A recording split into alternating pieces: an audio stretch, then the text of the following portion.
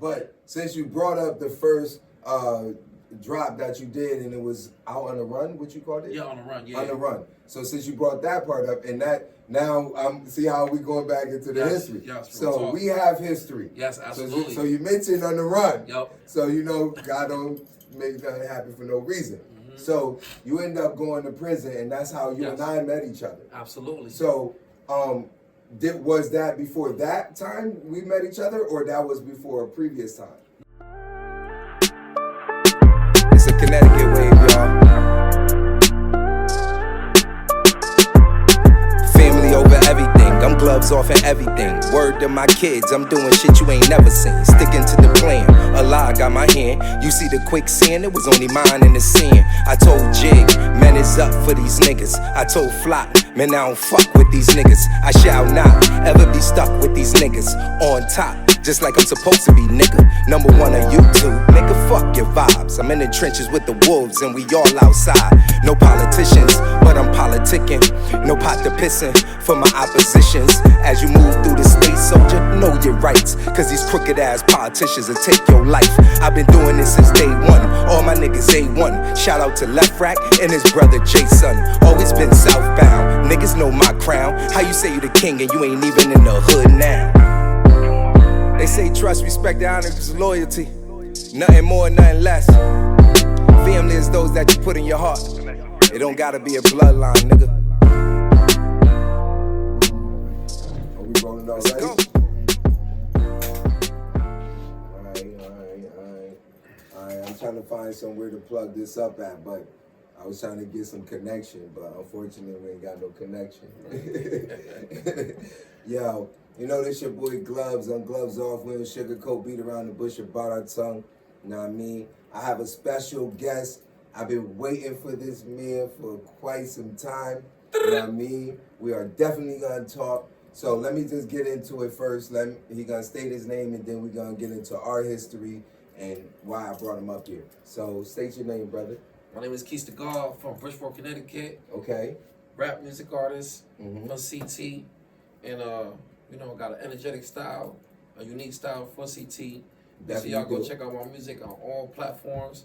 Spell Instagram, it, just in case they don't know Swag how to Class spell. Keys, YouTube, Apple Music, everything for QUISEDAGOD. QUISE on all platforms. CT so cold. Yes. And I'm gonna just dive into it since he started with the music part, and then we're gonna go backwards to our history. Yes. But today, this man has stepped in rooms with multiple different artists. So, and I've seen you also even speaking to even movie stars, such as Michael J. White. So tell me real quick about that experience with you, me, and Michael J. White and stuff. How did that happen? Honestly, I was in New Jersey.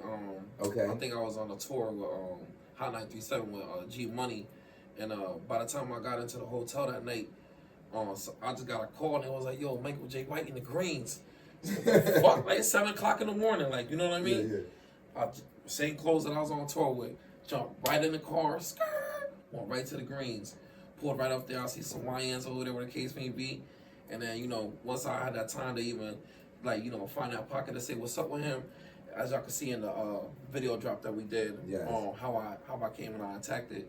And it was definitely just dope meeting him, especially him being from Bridgeport. Yeah, facts. You know, me growing up and watching him on TV, and just being like, oh, damn, like, you know, it's 20 years later, and now I'm seeing this doing in my face, you know what I'm saying? And, you know, so, you know, chopping it up with, I think Chris or his manager or whatever it is, you know, and we were supposed to have some business going, but that's what happened with the whole studio in Shelton, Connecticut, where they had shut the whole studio down, whatever like that. So that was just like, you know, that one-on-one contact with me and Michael J. White. You know what I mean? Okay, yes, definitely. I met him a couple of times as well. We even also did the Boys and Girls Club grand opening over there and stuff like that.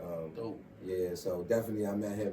Also, I've seen you in the room. Well, you was in the same studio with Jadakiss and them too. Yes. So Give me. I know I'm throwing the cards out there, but Yeah. but come on, give me a little bit of that. Give me a little bit of that, because I need to let them know that I'm in front of somebody that's moving around. We're like, from CT. See, that was during like COVID-19 days. Like everybody was really in the crib. Like I was outside. Okay. Shout out to Just Right Studio. Shout out to Justin. Shout out to Kilo Kel. Shout out to Uncle Rock. Yes, and everybody else who played a part. Even shout out to DJ Big Mike when he was bringing, Jada Kid, Styles P, Dave East, and multiple other rappers through the studio. And Kel's always just tell me, yo, Keys, just stay in the studio, be in the studio.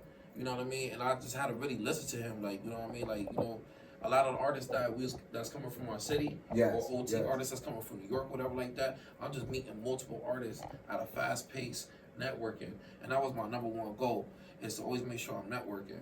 So, shout out to the Ducky Fresh family, aka Hami Mami, which is a Hartford artist too.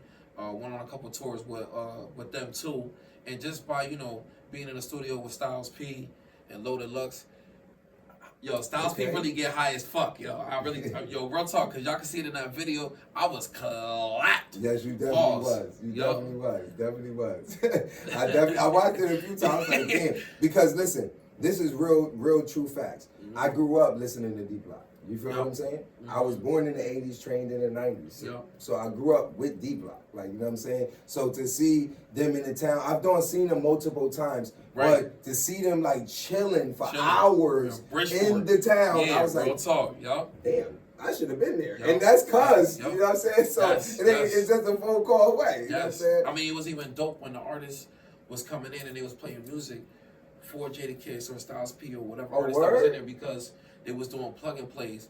But the artist that was coming through was artists that I already was showing up for their video shoots, supporting them. Like, it was a surprise to see me and shit like that. And I thought that was dope, because they were like, oh shit, Keys. And it would just be like, all good and everything, you know what I mean? Because I already know them. So it's just, networking. That's why networking is key. That's what's up. So tell me, where did that noise come from in the music? Like that do it. Yeah, that. So, I can't do it. I don't want to fuck it up and y'all sitting there looking at me. So I be like, CT so cold. So one day I was in the studio. My mother, every house that we done had, my mother always made sure that I had a studio.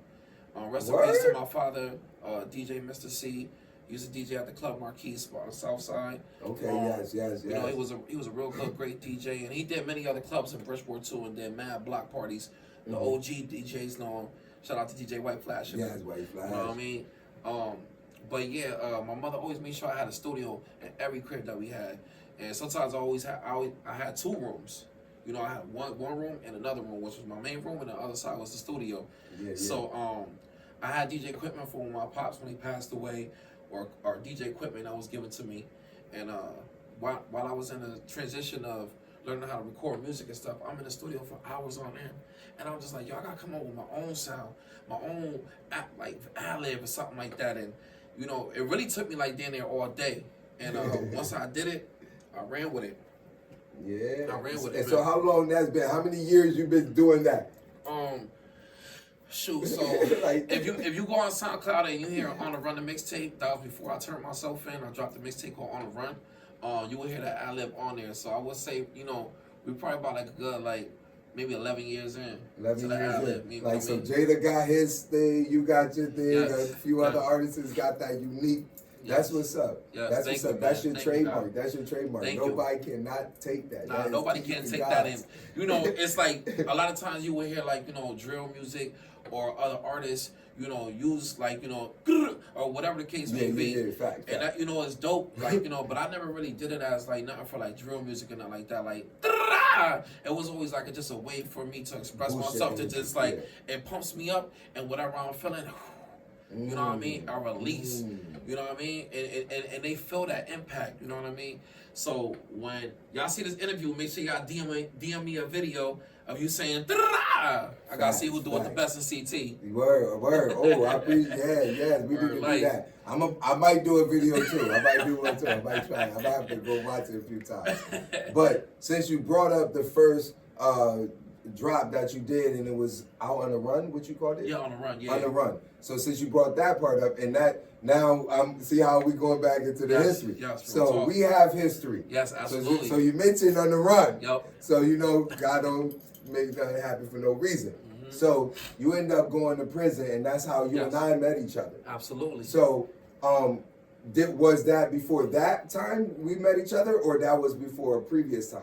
No, like literally. That was right before that time. Oh, word. Oh, wow. Literally. Wow. Literally. Okay. You know, I just felt like, you know, when I knew I was about to turn myself in, because I knew they wasn't gonna catch me. I said, you know what? Let me put this body of work together and just release it. And you know, no promo or nothing like that. You know, I just dropped the body of work on SoundCloud or whatever. You know, just to make sure I got a body of work out there. You know what I mean? Make sure it didn't go to waste. Because a lot of times, you know, people go in the studio and they make all these songs and records, and then they just let that pass or just that history just, you know, vanish away. Like, you know what I mean? I'm all about documentation, and that's why I love the internet and YouTube, because it documents the dates, the times, the months, whatever the case may be, so you can always see the progression in an artist or a person or an entertainer or an actor or whatever the case may be. Facts. Okay, so now you go to prison. You come up with this saying. You go to prison. You didn't lose the noise of it or nothing. So while you in prison, you writing music and stuff, obviously. Yes. So you got values of books. You know, I know the composition books and papers and all types of books requests. on books, request forms and everything. He walking in the yard with a couple of papers and books. Like, okay, so with that being said, how did you keep the thought of that you know, the sound and within your music? Well, to be honest with you, I feel like you know, being part of the talent shows and, you know, being in the yard along with, you know, other rappers that been in there, and, you know, everybody, you know, they want to hear something, you know what I mean? Because it's not like, you know, I don't know about them iPads and all the other stuff that y'all got in there now, but we didn't have none of those. Like, you know, no tablets, no nothing. And the phone calls wasn't free. So, you know, just being, you know, around like a lot of people who was very talented, because there was a lot of talented people on the real. club. You had that punchlines, metaphors, bars. When I bump into the guy right here, I'm like, oh damn, I didn't even know that he was like that. You know what I mean? And I think the first time I was really to experience that with you was when we did the Black History Month for because, you know, we was in graphic design together. And you know, we edited the video, whatever like that, and then we did a recording to a beat, and I was rapping on it, and I was on the outro of the movie, right? And then Mooka comes out of nowhere, like you know, like the light is gleaming on him right there on stage, like, and he's doing like, you know, I don't know if he was doing open poetry or a poem or it was like a poem, like a rap poem, right? But it was more poetry, Right. And I was like, me first at hand to seeing how you work, you know what I mean? I'm like, damn, you know, he multi-talented, because we was already in graphic design class. Facts. You know what I mean? So, you know, it's dope, you know, just, you know, seeing everybody grow and doing what they need to do from the city of Bridgeport, especially coming out of incarceration and having elevation with no deflation. You know what I mean? Because it takes a lot. Like, you know, a lot of people feel like they body self when they come into, you know, these circumstances. And, you know, people from inside the jail, you know, they'll hear your story. They'll listen to you, and they may believe you, whatever like that. But a lot of people don't carry. And that'd be the problem. Would I be putting a lot of people back in life, because, you know, it's a lot of talent out there in the world, and it's not even just from singing, it's from artwork, it's from whatever they do in there. Like, it's a lot of talented people in there that could break a safe open, do tattoos, all types of stuff, you know what I mean? Facts. So make something out of nothing. Literally, man. So while you was inside incarcerated and you writing music and stuff like that, we used to be building. We used to talk about ideas and stuff like that. You know what I'm saying? Especially in graphic design class, we was over here making all types of clothes and everything. And used to always talk about the music and stuff. And obviously, I used to always talk about the gloves off and everything. Real talk, man. And everything else and stuff. So, you know, we like almost 10 years of doing this. So, what what have you feel like you haven't accomplished yet? Because from my perspective, of most of what we spoke about, you already made it there. So what's because we spoke about you getting in the industry, being around industry, like we physically spoke about it, and it actually happened. So what's the next step for you now? Because you're in society. So how do you get to tame that mental and keep it pushing? Well, it's like, you know, as you keep going, like, you developing yourself. And at certain times, you're redeveloping yourself. You know what I mean? Like, just like Fat Joe said, yesterday price ain't today's price. And, you know, I just feel like when you hear Keys to God and you hear the multiple mixtapes that I don't put out throughout the years, you'll hear the dope creativity, the progression. You'll hear the different styles, the uniqueness, and I'm just like I'm basically like just well-rounded. You know what I'm saying? I'm just like trying to just be up to date and just keep this good characteristic that I got. That's people are actually loving, because when I'm driving through downtown or Hartford, Richford, New Haven, wherever the case may be, somebody out to yell or however they do it, you know what I mean? Yeah. But it's dope because I already know that I started from something that I was doing at my mother crib in the studio and just trying to come up with a dope ass ad lib. That's what's up. That's what's up. So now, as far as you have people that you grew up in the music industry locally home, I'm gonna mention one such as like Lex Bubble. Right. You've been bumping, y'all do music together and stuff like that, and he's pushing his career and stuff. Yes. And you're a little bit younger than him and stuff. Yes. And you in your lane, y'all got your own individual identity and stuff.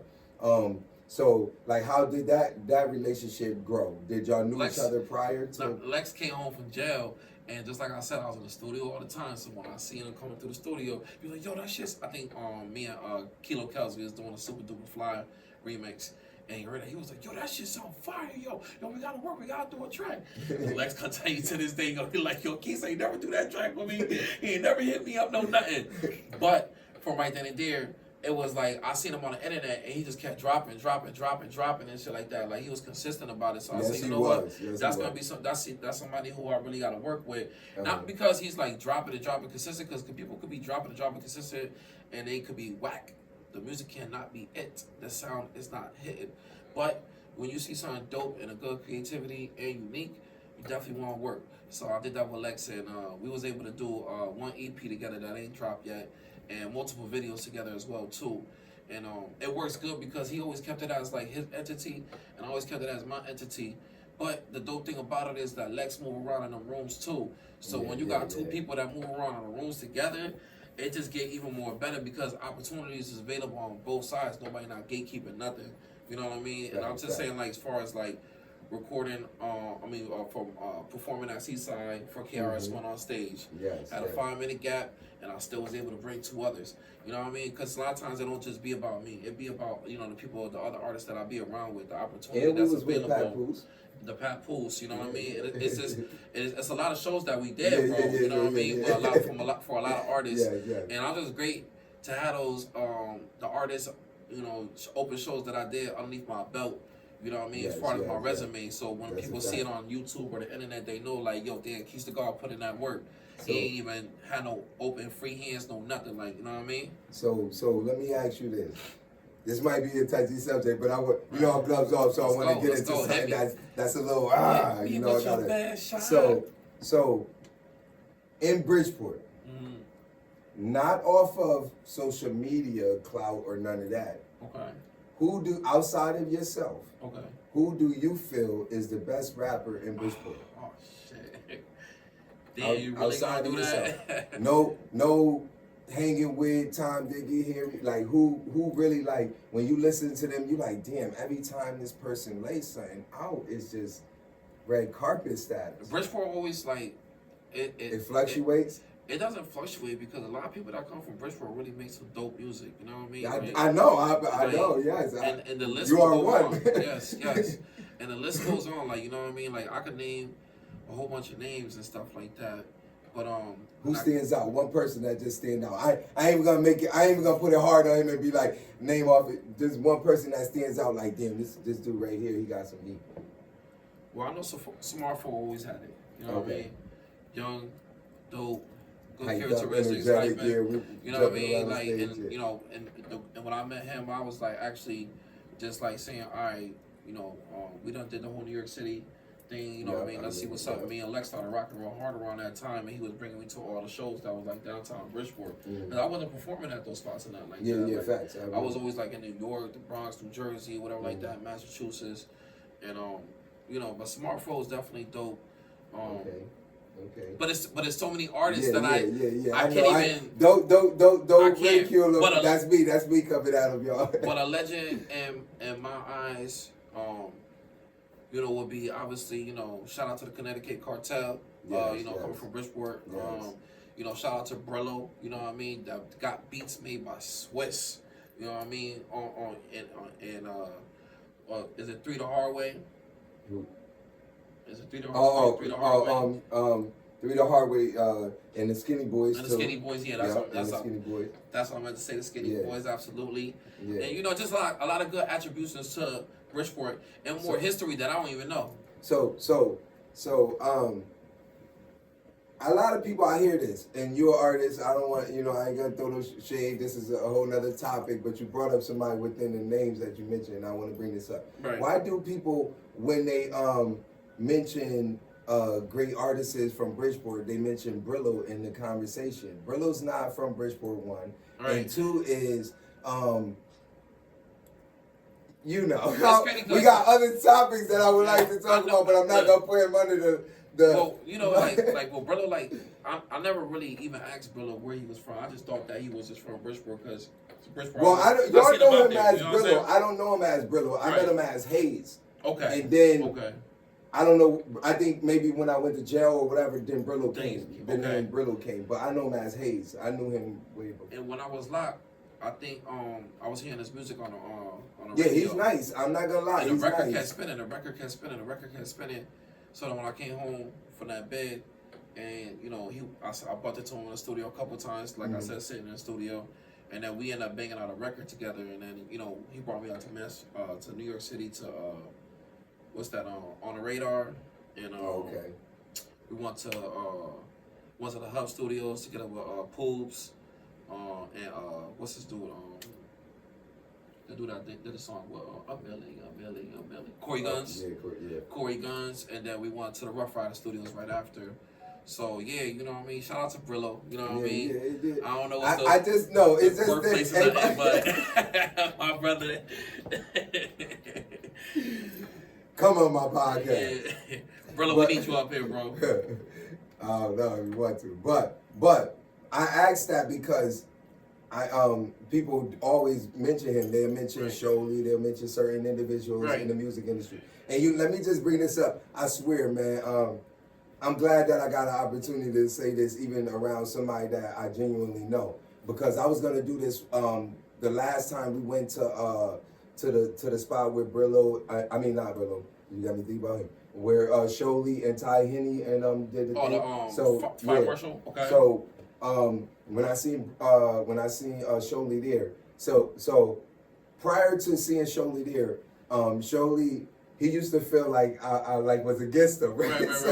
So every time he would see me anywhere, any atmosphere, I used to look at him. I size people up and everything or whatever, right? So this particular day, over there, he's like, yo, let me holler at you. So he see me shaking the room. He see me interacting with who. Yep. So he's like, all right, let me holler at him. So he's like, yo, what's up, man? Whatever. So the way he talked, right?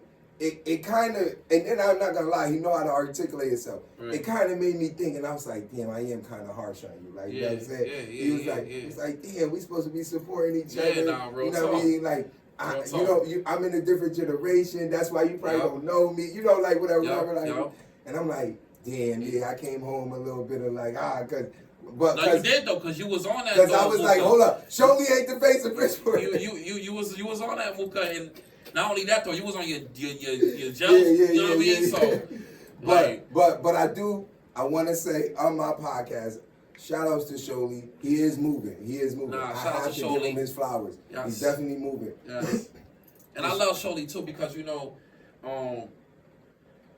and Lex, they like that too. You know what I'm saying? Mm-hmm. And then I remember one time, he and Lex up when we had went to bars on I-95 in Manhattan, and he did his his segment. Yeah. And it's just dope, like just to know that. Artists that's NCT that's moving, that's elevating, like they really supporting. They making a phone call like, listen, we here, or we got this going on, and it's dope because I think a lot of times that's what us artists we need that. We expect it because from artists like me, when I'm in a room and I'm like, yo, I'm over here with Mooski, and Acapella Gray, right? Mm-hmm. Acapella Gray. I don't want to say his name wrong because I always do. I'm sorry, God. And they had Dave East at the studio in Bridgeport. So, you know, I'm telling DJ Big Mike on my bond, like, yo, listen, you know, Mooski talking about that he's willing to go over there to the studio, whatever like that. So, you know, everything was working out good and great. And then once we all got in the Sprinter, that's when A Boogie had called him, and they was going to do the remix in the studio that night. So that's what kind of like, you know, slow shit down or whatever like that as far as meeting up that night. But I just noticed that networking and knowing who to call and having the right people on the line in order to make things go down is very important, like on some real talk. Yeah, no, that's a fact. And I was, you know what's crazy? This is God honest truth. Like I said, I was gonna go up there by myself and you know, shout him out because I respect how he approached me. Like yo, damn, bro. Yeah. Like, you know what I mean? Like I got love for you. I like what you doing. Like support me. I'm trying to put us on too. Just like how you doing it. I'm just doing it a different way. And I'm like, you're right. We ain't never had no quarrel, brother. It's love. He's strategic. Yeah. I've been in a couple of his sessions, and I see, you know what I mean. Like, Shorty real nice at what he do. Yeah. And that's why that's what make him different. You know what I mean? I like that. And I support him as a brother too because I support him too. You know, even when he did the joint with Millie's. Yeah. And you know, I was like, you know, I absolutely. I gotta be there for my brother. You know what I mean? Absolutely. And what was dope about the whole Millie's thing is because before then, I was already in New York City. Shout out to Ray and Rook, you know, who invited me to New York City to go to the Dave East music video, and Millie's was there, and Roxanne Shante and Smoke Dizza, all these people was there that day plus more, and you know, I was able to just lock in and you know, network and you know, just really do what I need to do as a CT artist. But it's like when you're in those rooms, like you're not really saying, "Oh, I'm a music artist," or "Listen to this right here," and you bum rushing them, you showing the music. It's never one of those. Like you know what I mean? Like people gonna see another artist gonna see that talent on you. You know what I mean? They're gonna see that glow. Y'all get a little chop up time. That's dope. Whatever case may be. And then once you keep seeing them and seeing them and seeing them, you're gonna keep bumping right back into them and be like, "Oh, what's up?" You know what I mean? Like, damn, okay, I remember you from that spot. You know what I mean? So that's a dope thing about networking and just moving around. So you ready for the arena? I'm ready for the arena. I always wanted to do my biggest thing that I wanted to do and accomplish was honestly perform in Bridgeport at the arena for my whole city of Bridgeport.